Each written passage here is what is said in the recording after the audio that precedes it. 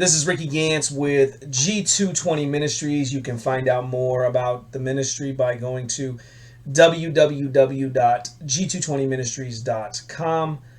You can listen to the radio program every Tuesday night at G220 Radio at 9 p.m. Eastern Standard Time. Tonight, I want to continue this question for Hebrew Israelites, number 3.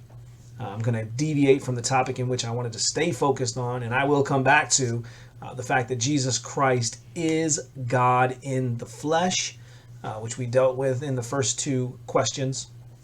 And again, like I said, I want to come back to that, but I want to deviate just for a moment because I constantly hear this from you, quote unquote, professing Hebrew Israelites, that we are supposed to read scriptures precept upon precept, line upon line, here a little, there a little, and by that you mean we don't read the Bible as a novel. We don't read the Bible in its context.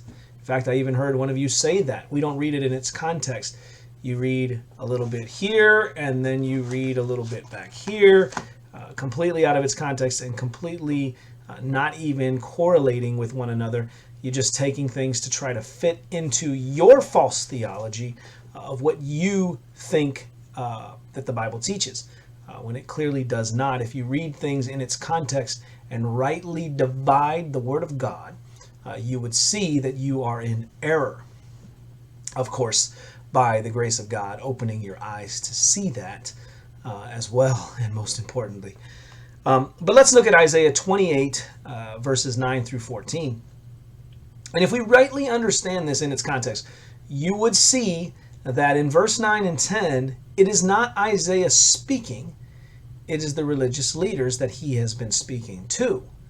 Isaiah being a prophet of God, bringing a message to the people of Israel, and the leaders of the day there are speaking back to him, and they're mocking Isaiah, and they do so by saying, "To whom will he teach knowledge?"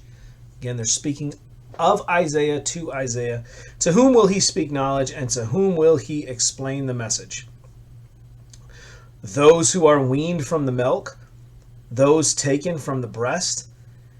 For it is precept upon precept, precept upon precept, line upon line, line upon line, here a little, there a little.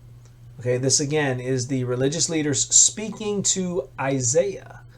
All right. So Isaiah responds to them in verse 11, and he says, "For by people of strange lips and with a foreign tongue, the Lord will speak to this people to whom he has said," now he's about to quote the Lord, "This is rest, give rest to the weary, and this is repose."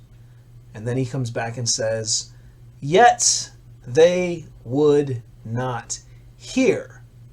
And so then Isaiah mocks the religious leaders who were just mocking him and says, "And the word of the Lord will be to them precept upon precept, precept upon precept, line upon line, line upon line, here a little, there a little, that they may go and fall backward and be broken and snared and taken." Then verse 14 says, "Therefore, hear the word of the Lord, you scoffers who rule this people in Jerusalem." Okay? So he is speaking back to these religious leaders who are ruling these people in Jerusalem that he's calling scoffers, and he's mocking them, saying, "You want to say to me, who will he teach? And to whom will he explain the message?" He's saying, you will be taught by people of a strange lip and a foreign tongue. And this was referring to the Assyrian captivity, which was about to happen. The Assyrians were going to come in and take captive this nation and take them into captivity. And that's what's going on in the context. If you read the context of this passage and you rightly divide it, you wouldn't come up with the so many errors that you do. So my question for you is really, how do you read that out of its context? and not properly look at that the way that it is supposed to be looked at. And I hope you would examine that context and read it rightly and come to a true understanding of what is being said in the Word of God and rightly divide it by reading things in their context. So how do you apply Isaiah 28, 9 and 14 to say you don't read the Bible in its context, but you read here a little bit, there a little bit, and you take things that are out of context or don't correlate and try to bring them together and make it say something that it doesn't? That's called eisegesis.